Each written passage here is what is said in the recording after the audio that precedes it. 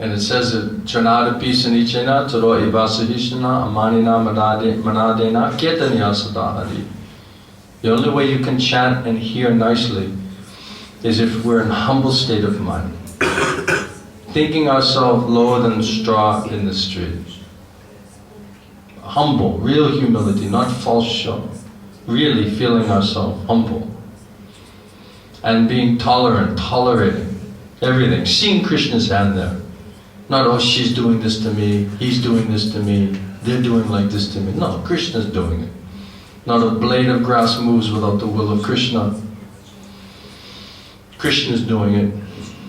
Krishna's teaching us, purifying us, teaching us tolerance. Isn't it? Oh, he's like this. And then he says, oh, he's like this. No, Krishna's doing it. He's just using that person as an instrument. So we have no humility. We have absolutely no tolerance. Right? No tolerance and no humility. And then, to make it worse, then we're demanding respect. Demanding respectability. That everyone should understand, who are we? What are we? Don't you know who I am? You see? So instead of being respectful to everybody else, thinking oneself low, state of humility, tolerating whatever's coming as one's own purification, right? We're doing opposite. We're puffed up, we're arrogant, we're finding faults with everybody else, cannot tolerate anything that's coming at us, right? Then we're demanding respect instead of giving respect. We want to be understood without understanding. And then we're wondering, why can I not chant? Why can I not hear Bhagavatam or chant Hare Krishna? That's why. This is the problem. It's the root of the problem. Isn't it? And everyone can say, well, I'm doing all of those things perfectly well, but she's not. Right? I'm trying. But she's not even trying. He's not even trying. No, look at yourself. Are we so perfected? Have we got it down? Right? We try to think, oh yes, I want to be like that, but then as soon as one little test comes, we explode. Because we cannot tolerate, because we're puffed up, because we're demanding respect. You see? This is a problem. This is the root of the problem. No matter what you think is your problem, this is the root of the problem. Because if we're humble and tolerant and respectful to other living entities, to all living entities, regardless of who they are, then we can chant properly, in a humble state of mind. What is it? Kirtaniya Sadahari. Then always you can chant Hare Krishna and think about Krishna. And if we're always thinking about Krishna in a humble state of mind, what problem do we think we have? We don't have a problem. Isn't it? So the only problem we have is we have a lack of Krishna consciousness. And we're not Krishna conscious because we're not humble, we're not tolerant, we're not respectful. Therefore we cannot chant properly. Finding faults, not seeing the fault within ourselves, demanding respectability without showing respects to others, expecting everyone to understand us without showing any effort even to understand anybody else. That's all that's really going on here. No matter what you say is the problem. Isn't it? If you're chanting pure name and relishing the holy name in a humble state of mind, you'll be completely satisfied. Internally. Doesn't matter what's happening in your life. Externally. You'll be happy, you'll be peaceful, you'll be satisfied. That's the bottom line. So if we're not peaceful, happy, satisfied, it just simply means we're not chanting properly. And we're not chanting properly because we're puffed up, we're not tolerating, we're not accepting the purification, and we're demanding respect. This is the problem. This is the root of the problem. So whatever your particular problem is, whatever you think is your particular problem, this is the root of the problem. That's why it says, Charnadapi Sanichana, be humble like straw lying on the street. What does that mean? To be humble like the straw lying on the street. We don't truly even understand what that means. It means seeing oneself as completely powerless, completely dependent, understanding that everything is happening by Krishna's arrangement. Whatever is happening, that's Krishna. Krishna is doing it.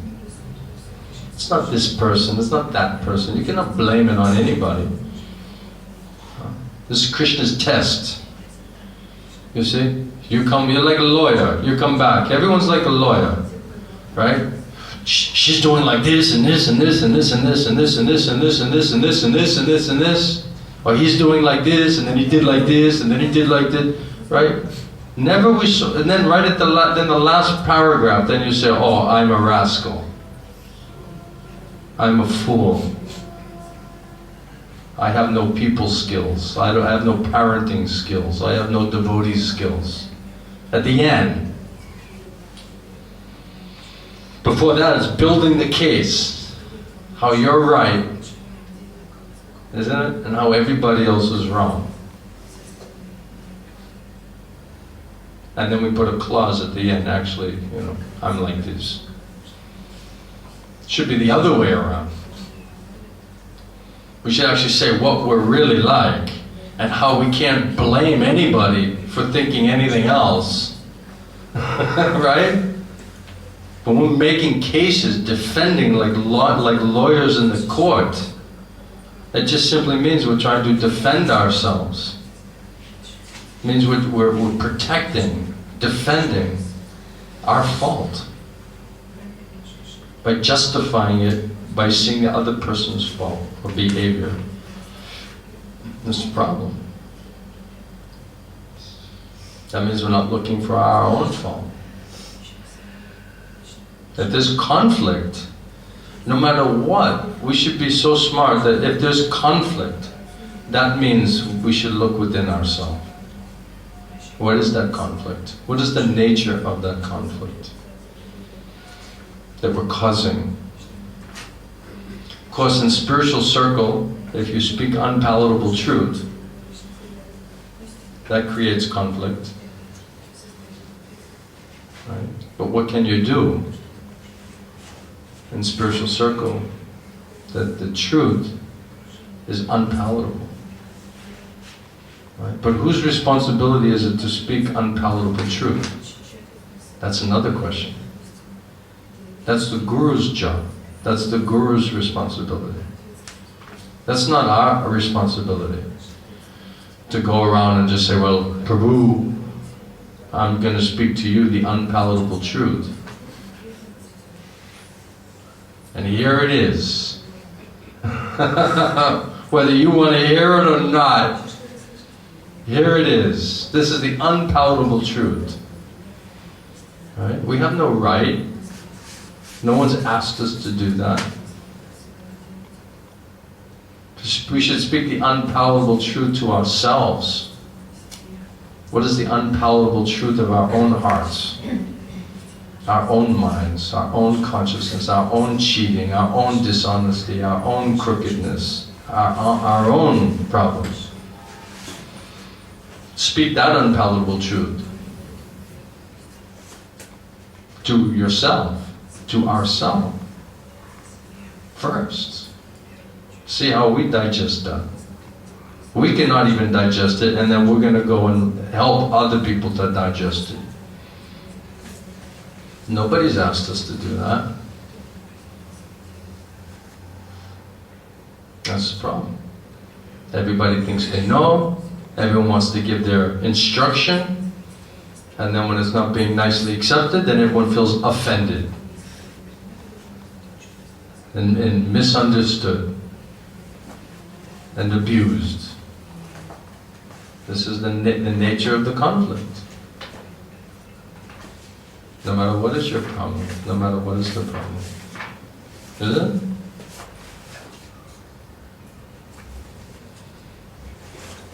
The fault lies within yourself. You see, because if we're pure, if we're really pure, we'll get a different reaction out of people. That your purity, our purity, will change them. It will purify them. It will change them over time.